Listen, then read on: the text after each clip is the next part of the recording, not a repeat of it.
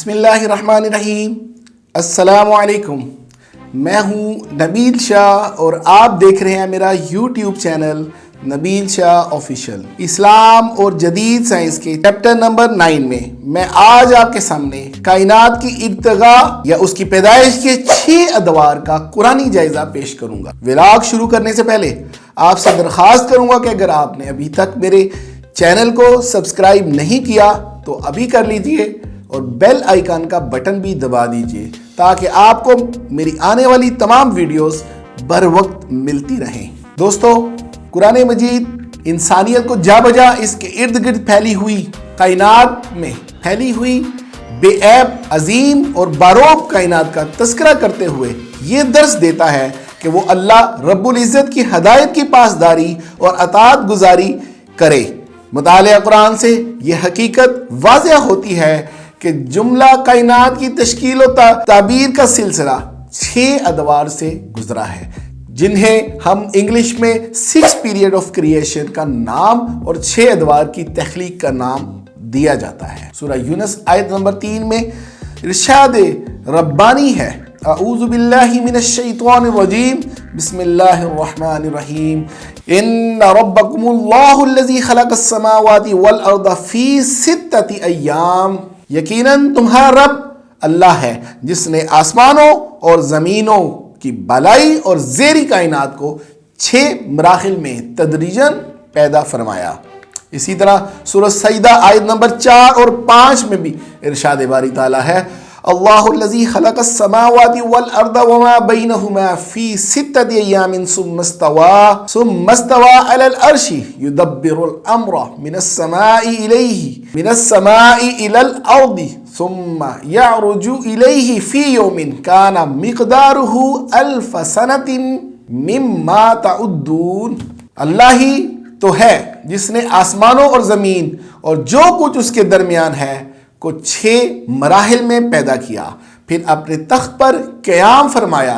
وہ آسمان سے زمین تک ہر کام کی تدبیر فرماتا ہے، پھر یہ کائنات اسی کی طرف لوٹ جائے گی ایک ایسے دن جو تمہارے شمار کے مطابق 1000 سال کے برابر ہوگا۔ اسی طرح ایک اور جگہ سورۃ الحدید کی آیت نمبر 1 سے لے کے 4 میں بھی اللہ تعالیٰ اسی طرح اپنے احکامات کے بارے میں، اپنی کائنات کی تخلیق کے بارے میں فرماتا ہے، سبح للہ ما فی السماوات والارض وهو العزیز الحکیم، لہ ملک السماوات والارض یحیی ویمیت وهو علی کل شیء قدیر، هو الاول والآخر والظاہر والباطن وهو بكل شیء علیم، هو الذی خلق السماوات والارض فی 6 ایام۔ آسمانوں اور زمین میں جو کچھ ہے سب اللہ کی تسبیح بیان کرتے ہیں اور وہی زبردست حکمت والا ہے۔ آسمانوں اور زمینوں میں اسی کی حکومت ہے، وہی زندگی اور موت دیتا ہے اور وہ ہر چیز پر بڑا قادر ہے، وہی اول و آخر ہے اور ظاہر و باطن ہے، وہ ہر شے سے بخوبی آگاہ ہے۔ وہی تو ہے جس نے آسمانوں اور زمین کو 6 مراحل میں پیدا کیا۔ قرآن حکیم میں ان کے علاوہ اور بھی بہت سی ایسی آیات موجود ہیں جو کائنات کی تخلیق و ارتقاء میں روشنی ڈالتی ہیں۔ مذکور بال آیات سے ہم بآسانی مندرجہ ذیل نکات حاصل کر سکتے ہیں۔ نمبر 1، کائنات محض حادثاتی طور پر معرض وجود میں نہیں آئی، بلکہ یہ ایک اللہ رب العزت کے ارادے اور اس کی قدرت کاملہ کا نتیجہ ہے۔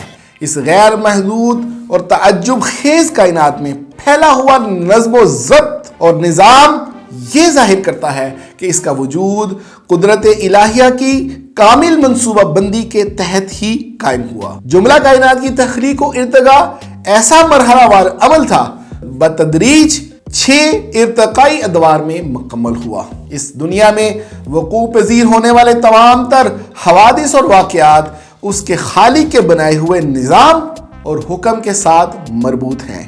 یہ ربانی منصوبہ بندی اور اقتدار پوری کائنات کو کچھ اس طرح سے منظم اور ہم آہنگ بنائے ہوئے ہے کہ کوئی شے اپنی طے شدہ ضوابط سے روگردانی نہیں کر سکتی۔ نمبر 4، یوم محض 24 گھنٹے کے دورانیے کا ہی نام نہیں، بلکہ اس کا اطلاق ہزاروں لاکھوں زمینی سالوں کے دورانیے پر بھی محیط ہو سکتا ہے۔ قرآن مجید کا تصور یوم مذکورہ والا آیات سے یہ حقیقت بھی عیاں ہوتی ہے کہ کائنات کی تخلیق و ترقی 6 ایام یا 6 ادوار میں ہوئی۔ قرآن کا تصور یوم وہ دن ہرگز نہیں جو عام طور پر طلوع الشمس سے غروب آفتاب مراد لیا جاتا ہے، کیونکہ خلق کائنات کے دوران میں شمس کا محال ہونا ایک حقیقت ہے۔ قرآن میں یوم کا لفظ کئی مقامات پر مختلف دورانیوں کے لیے استعمال ہوا ہے۔ قرآن مجید نے یوم کا لفظ وقت کی ایک تغیر پذیر لمبائی ویریبل لینتھ آف ٹائم کے لیے استعمال کیا ہے۔ مثال کے طور پہ سورۃ السجدہ کی آیت نمبر 4 میں اللہ تعالیٰ نے ارشاد فرمایا یدبر الامر من السماء الى الارض ثم يعرج الیہ فی یوم کان مقدارہ 1000 سنۃ مما تعدون۔ وہی آسمان سے زمین تک ہر کام کی تدبیر فرماتا ہے، پھر یہ کائنات اسی کی طرف لوٹ جائے گی ایک ایسے دن جو تمہارے شمار کے مطابق 1000 سال کے برابر ہوگا۔ اسی طرح ایک اور مقام پر بھی یوم کا لفظ 50,000 سال کے لیے بھی استعمال کیا گیا ہے۔ سورۃ المعارج آیت نمبر 4 میں اللہ تعالیٰ ارشاد فرماتا ہے تعرج الملائکۃ والروح الیہ فی یوم کان مقدارہ 50,000 سنہ۔ روز قیامت وہ وقت ہوگا جب فرشتے اور جبریل علیہ السلام اس کی طرف عروج کریں گے، اور یہ اس دن ہوگا جس دن کا اندازہ دنیا کے 50,000 سال ہے۔ مذکورہ بالا آیات کریمہ میں 6 ایام کے الفاظ اس مدت کے لیے استعمال کیے گئے ہیں جس میں سورج سمیت جملہ اجرام سماوی اجرام فلکی کی تخلیقی عمل میں آئی۔ بظاہر نظر آنے والی شب و روز کا وجود سورج اور زمین کے وجود میں آنے سے قبل ناممکن تھا، لہٰذا یہ بات عیاں ہے کہ قرآن مجید کا بیان کردہ لفظ یوم وقت کی ایک ایسی تغیر پذیر معینہ مدت ہے جو لاکھوں اربوں سال پر محیط ہے۔ دوستو، تخلیق کائنات اور 8 قرآنی اصول، آئیے ہم ایک اور طریقے سے ان ادوار کا جائزہ لیتے ہیں۔ مذکورہ بالا آیات قرآنی سے ہم درجہ ذیل نتائج اخذ کر سکتے ہیں۔ نمبر 1، کائنات از خود مارز وجود میں نہیں آئی، بلکہ اسے باری اللہ رب العزت نے تخلیق فرمایا ہے، یعنی اس کی تخلیق محض اتفاقیہ یا ایکسیڈنٹل کریٹر نہیں ہے، بلکہ ایک خالق کے ارادے فعل خلق کا نتیجہ ہے۔ نمبر 2، کائنات کی تخلیق کو 3 حصوں میں تقسیم کیا گیا ہے، زیری، بالا اور وسطی، یعنی زمین، آسمانی اور خلائی، earthly creation, heavenly creation, intermediary creation, جیسا کہ سورہ سجدہ میں مذکور ہے خلق السماوات والارض وما بینہما، اس نے آسمانوں کو اور زمین کو اور جو کچھ اس کے درمیان ہے تخلیق فرمایا۔ ارض و سما کے درمیان عالم خلق کو صحیح طور پر سمجھنے کے لیے دور جدید کی سائنسی تحقیقات کے مطابق کاسمک ایکسٹرا گلیکٹک ورلڈ کی طرف توجہ کرنا اشد ضروری ہے، جس میں کہکشائیں، ستارے اور سیارگان فلکی شامل ہے۔ نمبر 3، آسمانوں کی طرح زمین بھی متعدد ہیں۔ اگر 7 کا عدد آسمان اور بلائی طبقات کے لیے محض تعدد اور کثرت کے معنی میں تصور کیا جاتا ہے، تو زمین کی طرح کے اور طبقات اور سیارگان بھی متعدد معلوم ہوتے ہیں، یا پھر اس کو اوزون کی 7 لیئر سے بھی تشبیہ دی جا سکتی ہے، کیونکہ قرآن میں 7 زمینوں کا ذکر بس ایک مقام پہ آیا ہے جو سورۃ سجدہ میں نے آپ کے سامنے تلاوت کی۔ اور اگر 7 کے عدد کو خاص اور معینہ تصور کیا جائے تو زمین سے بالکل ملتے جلتے 7 طبقات یا سیارے ثابت ہوتے ہیں۔ اس دوسری مفہوم کے اعتبار سے سائنس کو بھی تخلیق کو اکتشافات کے مزید کئی مراحل سے گزرنا پڑے گا، کیونکہ قرآن مجید نے اشارہ اس آیت کریمہ میں فرما دیا ہے۔ اللہ تعالیٰ نے سورۃ الطلاق کی آیت نمبر 12 میں اللہ تعالیٰ نے ارشاد فرمایا ہے، یہ بس ایک مقام ہے جہاں پہ 7 زمینوں کا ذکر آیا ہے، جیسے اللہ تعالیٰ نے فرمایا سورۃ الطلاق آیت نمبر 12، اللہ الذی خلق 7 سماوات ومن الارض مثلہن، اللہ وہی ہے جس نے 7 آسمان اور انہی کی طرح 7 زمینیں پیدا کی۔ نمبر 4، کائنات ارض و سما کی تخلیق تدریجاً عمل میں آئی۔ نمبر 5، کائنات کی تخلیق کا تدریجی عمل 6 ایام یا 6 ادوار میں شامل ہے۔ نمبر 6، کائنات ارض و سما کے جملہ امور ایک باقاعدہ نظام کے تابع ہیں، اللہ باری تعالیٰ کے حکم اور قدرت سے قائم اور رواں دواں ہیں۔ نمبر 7، اس کی تدبیر ڈیوائن پلاننگ کائنات کے پورے نظام کو ایک مقصد اور نظام کے تحت مربوط اور منظم کرتی ہے، جس کے نتیجے میں جملہ امور اس طرح انجام پاتے ہیں کہ کوئی وجود اس ضابطۂ قدرت سے انحراف نہیں کر سکتا۔ نمبر 8، کسی چیز کا زمینی حدود سے داخل ہونا، اس میں سے خارج ہونا، کسی سیارے سے آسمانی وسعتوں سے زمین کی طرف اترنا، کسی کا باقی رہنا اور ختم ہو جانا، الغرض یہ سب کچھ اسی کے قائم کردہ نظام اور اس کی جاری کردہ قوانین کے مطابق ہے۔ قرآنی 6 ایام کا مفہوم ان تمام نتائج کو سامنے رکھتے ہوئے ہمیں قرآن مجید ہی سے اس امر کا متعین کرنا ہے کہ کائنات ارض و سما کی تدریجی تخلیق کی ضمن میں جن 6 ایام کا ذکر آیا ہے اس سے مراد کیا ہے۔ اگر یہ گمان کیا جائے کہ یہاں یوم سے مراد وہی دن ہے جو سورج کے طلوع اور غروب کے ساتھ قائم ہے، اور یہ 6 ایام سے مراد بقیہ ہفتہ سے لے کے جمعہ تک کے معروف دن ہے، تو یہ درست نہیں، اس لیے کہ بات زمین و آسمان اور اس کے مابین ساری کائنات کی تخلیق سے متعلق ہو رہی ہے، جس میں سورج، چاند اور زمین وغیرہ کی اپنی تخلیق بھی شامل ہے۔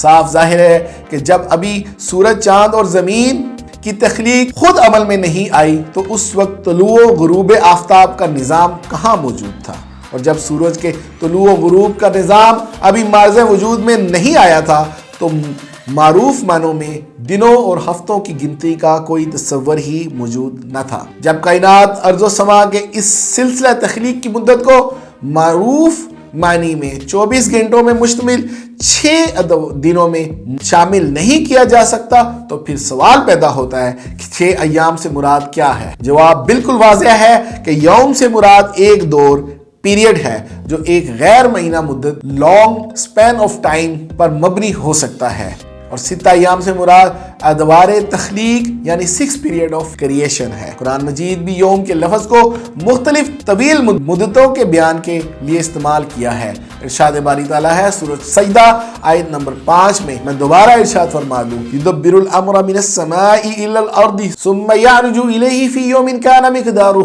1000 سنۃ مما تعدون۔ وہ آسمان سے زمین تک ہر کام کی تدبیر فرماتا ہے، پھر یہ کائنات اسی کی طرف لوٹ جائے گی ایک ایسے دن جو تمہارے شمار کے مطابق 1000 سال کے برابر ہوگا۔ اس آیت کریمہ میں ہمارے نظام شمسی کے مطابق 1000 سال کی مدت کو ایک یوم سے تعبیر کیا جا رہا ہے۔ اسی طرح دوسرے مقام پر 50,000 سال کی مدت کے لیے یوم کا لفظ استعمال کیا گیا ہے، جیسا کہ میں اوپر بیان کر چکا ہوں سورۃ المعارج کی آیت نمبر 4 میں، تعرج الملائکۃ والروح الیہ فی یوم کان مقدارہ 50,000 سنہ۔ روز قیامت وہ وقت ہوگا جب فرشتے اور جبریل علیہ السلام اس کی طرف عروج کریں گے، اور یہ اس دن ہوگا جس دن کا اندازہ دنیا کے 50,000 سال ہے۔ یہاں یوم سے مراد معروف معنی میں دن نہیں ہو سکتا، کیونکہ اس کا استعمال زمین اور سورج کے طلوع ہونے سے عبارت ہے، اور وہ ممکن ہی نہیں کیونکہ اس وقت تک زمین تھی نہ آسمان اور نہ طلوع آفتاب کا کوئی تصور تھا۔ حضرت عبداللہ بن عباس رضی اللہ تعالیٰ عنہ سے مروی ہے، آپ رضی اللہ تعالیٰ عنہ نے ارشاد فرمایا، ایام سے مراد ایام دنیا نہیں بلکہ ایام آخرت کی مدت ہے۔ اس سے مذکورہ بالا تصور کی تائید ہوتی ہے۔ تخلیق کے 2 مراحل۔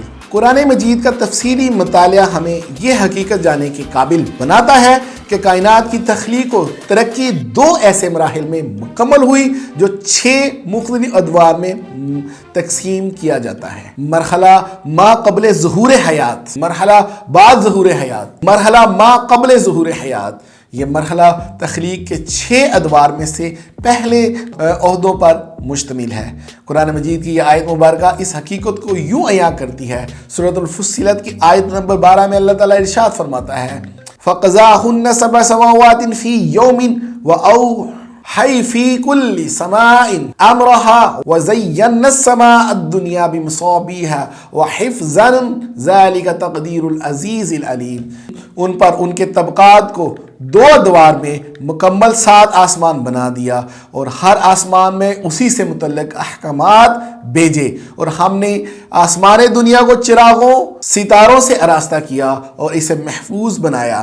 یہ زبردست اور علم رکھنے والے کا انتظام ہے۔ یہ آیت کریمہ اس تناظر میں 8 مختلف انکشافات کو اپنے اندر سموئے ہوئے ہے۔ آیت مبارکہ کا ہر حصہ کائنات کی تخلیق اور ارتقاء کی خود و خال ظاہر کرتا ہے۔ آیت کا پہلا حصہ 7 آسمانوں 7 کائناتوں کے وجود کا انکشاف کرتا ہے۔ دوسرا حصہ، یہ حصہ اس عرصے سے متعلق ہے جو تشکیل کائنات میں صرف ہوا۔ آیت کریمہ کے تیسرے حصے کے مطابق ہر آسمان یا ہر کائنات کو اس کا مکمل نظام عطا کیا گیا ہے، ایک ایسا نظام یا عمل درآمد کا ایک ایسا انتظامی ڈھانچہ جو اس کی تشکیل سے متعلق افعال کا حامل ہو۔ چوتھا اور 5واں حصہ، ان حصوں میں یہ بات بیان کی گئی ہے کہ ہمارا قریب ترین آسمان یا کائنات جو وسعت پذیر ہے اور غیر محدود ہے، ناقابل شمار ستاروں سے بھری پڑی ہے۔ چھٹا حصہ، کہکشائیں اور ستارے کائنات میں اس قدر دوری میں واقع ہیں کہ 7 آسمانوں میں سے ہمارے نزدیک ترین آسمان اس قدر پھیلاؤ اور غیر محدودیت کی سبب انتہائی محفوظ ہو گیا ہے۔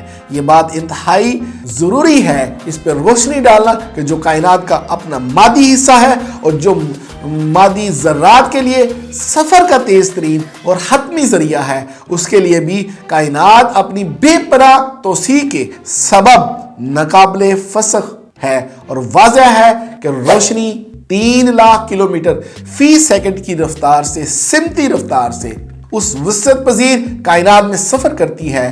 بنیادی سائنسی حقائق قرآن مجید کی مذکورہ بالا آیات سے کس قدر حیرت انگیز حد تک مطابقت رکھتے ہیں۔ روشنی کی سمتی رفتار میں ثبات کی حقیقت جو سمتی رفتار کی شرح کو طے کرتی ہے، سائنس کی دریافت کردہ ایک زندہ بنیادی حقیقت ہے، اور یہ ایک بنیادی قانون ہے جو اللہ تعالیٰ نے کائنات کی وسعتوں کے تناظر میں اس کے ناقابل فسخ ہونے کے لیے پیدا کیا ہے۔ جیسے کہ مذکورہ بالا آیات میں بیان کیا گیا ہے کہ روشنی جو انتہائی چھوٹے مجرد ذرات سے بنی ہے، کائنات میں سفر کے لیے بہت ہی زیادہ سمتی رفتار کی حامل ہے، اور اس سے تیز شے کبھی کوئی نہیں ہو سکتی۔ یہ کائنات میں مادی ذرات کو انتہا درجے کی رفتار ہے۔ 7واں حصہ، یہ بھی قرآنی آیات کا ایک منطقی اور قطعی حصہ ہے جو ہمیں یہ دعوت دیتا ہے کہ اگر اللہ رب العزت کی قدرت کو ماپ تول کر جاننا چاہتے ہیں یا اس کی تخلیق قوت کا اشارہ حاصل کرنا چاہتے ہیں تو اسے چاہیے کہ وہ اپنے نزدیک یا آسمان کی ناقابل شکست اور دوری پر غور کرے، اپنے دور کے سائنسی تحقیقات کی روشنی میں قریبی کائنات کا قابل مشاہدہ حصہ دیکھے جو 7 آسمانوں میں سے محض ایک ہے، جس میں اربوں کہکشائیں ہیں، جن میں سے ہر ایک ارب ستاروں پر مشتمل ہے اور کھربوں نوری سالوں کی مسافت پر واقع ہے۔ ایک نوری سال اس فاصلے پر مشتمل ہوتا ہے جس میں روشنی 3 لاکھ فی سیکنڈ کی رفتار سے 1 سال میں طے کرتی ہے۔ ہماری کہکشاں کے ستارے کے مابین فاصلہ اس قدر زیادہ ہے کہ اگر اس میں موجود ستاروں کی تعداد کئی لاکھ گنا زیادہ ہوتی تب بھی کہکشاں ملکی وے بہت زیادہ پرہجوم نہ ہوتی۔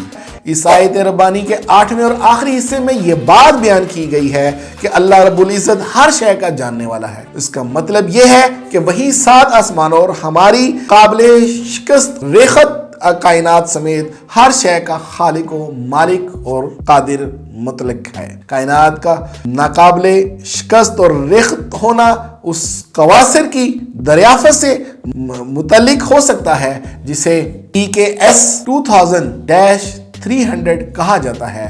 اس قواصر کو آسٹریلوی اور برطانوی سائنسدانوں نے دریافت کیا تھا اور وہ ہم سے 18 ارب نوری سال کی مسافت پر واقع کائنات کا بعید ترین روشن جسم ہے، اور اس کے اندر ہمارے جیسے 10 کھرب سورجوں کی توانائی موجود ہے، اور وہ اتنی توانائی روزانہ خارج کر رہا ہے، 10 کھرب سورج کی روشنی خارج کر رہا ہے۔ اس کوثر کی دریافت نے پہلے سے موجود اس تصور کو یکسر مسترد کر دیا کہ کائنات کے آخری کنارے دریافت ہو چکے ہیں۔